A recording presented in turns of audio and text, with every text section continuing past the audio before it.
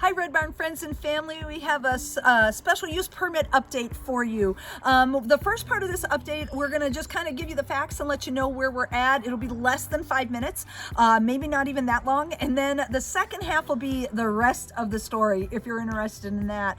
Last week, Brian and I went to the County Board Committee on Building and Zoning. So 6 members of the county board that are comprised of that committee. And they asked us questions about the special use permit, and they were very encouraging. They were enthusiastic about what we're doing here at Red Barn and it being part of DeKalb County and how we're supporting the youth, and they voted unanimously to support the special use permit. Okay, so those 6 members of the county board are all in favor of what we're doing, and we're very excited about that. So woohoo! Another step checked off the list. Our next meeting is actually in about a week on Wednesday, June 10th. And at that point, it will be the committee of the whole. So all of the board members get together. They all are on different committees: the finance committee, the judicial committee, the administrative committee, the building and zoning committee. They give their committee reports to each other, and then they have discussion about that so that when they go to the board meeting the next week, it's just a matter of voting for the most part. So Brian and I will be present at that meeting on June 10th to answer any questions that there might be. And then the next thing will be on June 17th when the county board is going to vote on our special use permit. We do not anticipate needing a big crowd there. You are welcome to come, but we anticipate the board is going to be in support of us. So we're excited about that. You are welcome to come, like we said, but we'd hate for you to give up a whole evening in the summer to come to a board meeting. But you can also watch it online, and we'll give you that link a couple days before. So if you want to watch the board meeting online, you can do that. We continue to appreciate your support. If you want to send us any emails on that or anything, that would be great. But I think we're going to be okay. In the meantime, we have also met, when the special use permit gets approved, there are conditions that we need to meet. We have, we met with the inspector that will inspect the inside of the building, and then the inspector that will inspect the outside of the building to make sure we meet all of the requirements for the particular building codes we fall under.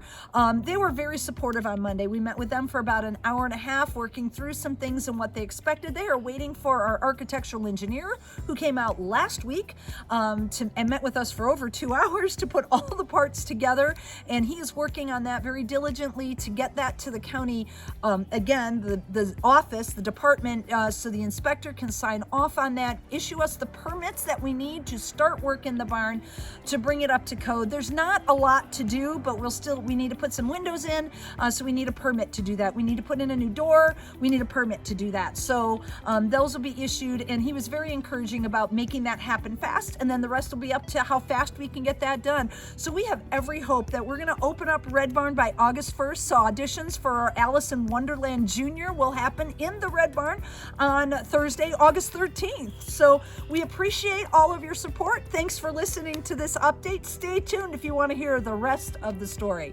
Hi, and welcome to Rest of the Story. So up until last Wednesday, we have been working exclusively with the director of the Building and Zoning Department and the assistant director of the Building and Zoning Department of DeKalb County, not the board. And that's been all that we've been working with. So when we left the hearing and got the hearing officer's recommendation, there were some expectations we had, some wording that we expected. When we got, we found the draft wording of the actual permit and what we were going to have to meet. There were 7 things in this page-and-a-half document, a pretty brief document, that were different than what we had already discussed. Not knowing, let me give you, just as the rest of the story, some of the things that were different. It starts off by saying that we have to lock and secure all private and personal property. That means the other 4 acres of the place, regardless of what we're using back there, have to be locked and secured. Never talked about. We were curious as to how they expected us to secure 4 acres of land. Another thing that came up, that we had thought at the hearing, we were granted a variance about screening to put up in the parking parking lot. Our neighbor had agreed to that, and that screening was put back in the actual wording of the permit. Another thing was that we were at the end of the hearing, we understood that our performances on Thursday nights were supposed to end by 9 o'clock, and on Friday and Saturdays end by 10 o'clock. The wording was changed in the actual permit. Not only do the performances need to end by 9 and 10 o'clock, depending on what night, but we have to have all members of the public and all vehicles off property by 9 o'clock on Thursday nights, which just isn't a realistic expectation. Again, brand new wording, hadn't heard any of that before. Another situation, I think I'm hitting like 4 of the 7. Another of the situation was we only have 32 parking spots. The county ordinances only allow for 2.5 people in each of those spots, which allows us to only have 80 people in the audience. Normally we have up to 100 in the audience. We were didn't understand that we were under the understanding that we would only have 32 parking spots, but the last we heard that there was going to be 100 allowed in the building because that was the building capacity. But they tied those two together. What I want to tell you is most of that wording was adjusted during the county board hearing for the building and zoning. The county board really worked hard to get us back to some of the original language we had, and we are so grateful to them for doing that. Where we ended on the parking situation is they ended up giving us what they called a sunset clause, because if we wanted to add more than the 32 spaces, we would have to go through the whole hearing process again. And what they said is, although they tried to get us our extra people, the director of the building and zoning department was not going for it. I won't get into all of that, but the board spent, this committee spent about 45 minutes discussing this. They put in a sunset clause, giving us the opportunity in 2 years to come up with 8 more parking spots so we could meet the parking requirements, could meet the building requirements. And actually, I'll be honest with you, Brian and I came back on Thursday. We looked out there and we found a spot to put at least right now 6 more spots. Actually, we can be up to, so we were up to 38 now. So we worked that out, but we just want to let you know that the board really went to bat for us on trying to make that happen for us. The board was very supportive again, and we want to let you know that. We ended up reaching out directly to the board, not to the building and zoning director of the department, but actually to the board and the chairperson, as well as our board members, and things were getting done. So we are really excited about that. We just want to tell you another part of the story. That all happened over Memorial Day weekend. And then on Monday morning, Memorial Day, we got an email.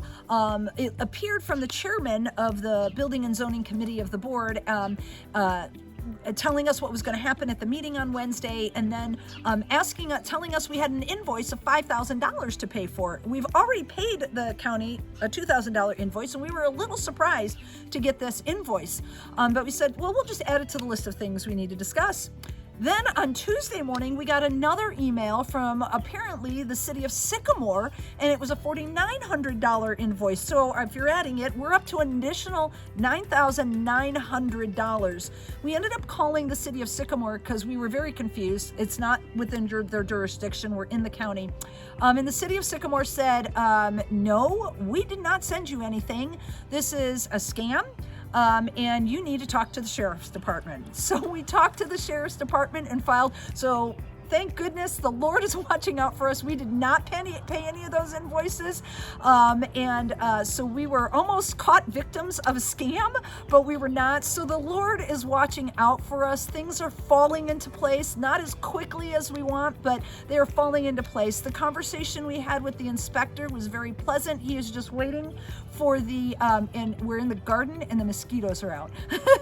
He is waiting to get the site plan from our architectural engineer that he can check off everything that we need to do and get started. He is eager for us to get started as soon as we can do this, so we can meet our deadlines of wanting to get Red Barn going for this fall. So we just wanted to share a little bit more of the rest of the story, most importantly, so you can see some of God's great goodness working through this and the patience we need to just keep having to finish this. If you have any questions questions, please reach out to us at the website or my email or on the text number. Until the next update, God bless and have a great summer.